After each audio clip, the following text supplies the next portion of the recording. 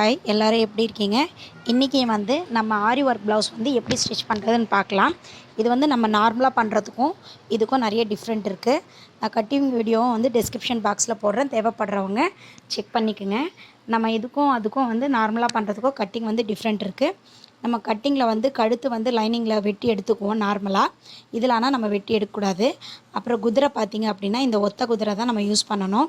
எப்போவுமே நம்ம குதிரை எப்படி மாட்டுவோமோ சேம் அதே ப்ரொசீஜரில் நம்ம மாற்றிக்கலாம். இந்த ஒத்த குதிரை வந்து 2 சைடோட ஒத்த குதிரையை நம்ம யூஸ் பண்ணலாம். எனக்கு வந்து லெஃப்ட் சைடில் வந்து இருக்காது, ரைட் சைடில் வந்து அந்த குதிரை இருக்கும்.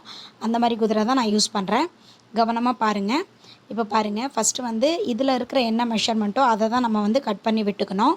நம்ம லைனிங்கோட மெஷர்மெண்ட் வச்சோன்னா அப்படின்னா இதில் ஒரு 1/2 இன்ச்சு கூட குறைய அவங்க ஒர்க் பண்ணியிருந்தாலும் நம்மளுக்கு கஷ்டமாயிரும். அதனால் இதில் ஒரு 1/4 இன்ச் அளவுக்கு நம்ம வெட்டி எடுத்துகிட்டு லைனிங்கில் வந்து கழுத்து வெட்டாமல் வச்சுக்கோங்க. இப்போ வந்து இது எவ்வளோ இருக்கோ அதுக்கேற்ற மாதிரி லைனிங்கில் வந்து ஆவரேஜ் பண்ணி கரெக்டாக வந்து நெக்கு வந்து எடுத்து விட்டுருங்க. எடுத்து விட்டுட்டு ஷோல்டர் கிட்ட கவனமாக கவனிங்க. நம்ம ஒரு 1/4 இன்ச்சுக்கு ஷோல்டர் பிடிக்க அலவுன்ஸ் விட்டுருப்போம் இல்லையா, அதுக்கு கீழேருந்து தான் அந்த ஒர்க் இருக்கிறது நம்மளுக்கு ஆரம்பிக்கணும். அதுக்கு மேலே வந்து நம்ம ப்ளைனாக விடணும். ஓகேங்களா? இப்போ நம்ம அப்படியே வந்து அந்த குதிரை இருக்கு இல்லையா, அது வந்து நம்ம அந்த ஒர்க் பண்ண இடத்துல வந்து இருக்காது. கரெக்டாக நீடில் மட்டும் அது ஒட்டி போகும். அதே மாதிரி கவனமாக ஸ்டிச் பண்ணிகிட்டே வாங்க. ஏன் நம்ம இப்படி குதிரை மாற்றுறோம் அப்படின்னா, ஃபஸ்ட்டு வந்து அந்த ஒர்க்கில் வந்து இடம் வந்து நம்மளுக்கு கரெக்டாக பர்ஃபெக்டாக அந்த ஆரி ஸ்டிச் போட்டிருப்பாங்க இல்லையா, பேசிக் ஸ்டிச்சு அதை ஒட்டி வந்து நம்மளுக்கு கரெக்டாக ஃபினிஷிங் வரும். அதுக்காக தான் நம்ம குதிரை மாற்றுறோம். இன்னொன்று என்னென்னா, இந்த மாதிரி தைச்சிங்க அப்படின்னா எடையும் கரெக்டாக கொடுக்கும், ஊசி உடையாது.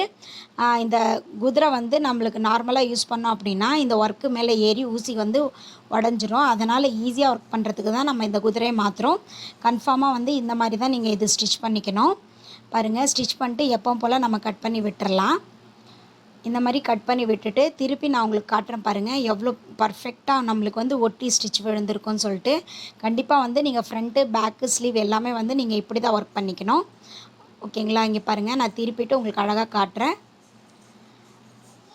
அதுக்கப்புறம் வந்து நம்ம ஒரு எடை போடுவோம் இல்லையா, அந்த ஸ்டிச்சை நம்ம போட்டுக்கணும். அதே நான் உங்களுக்கு போட்டு காமிச்சிடுறேன்.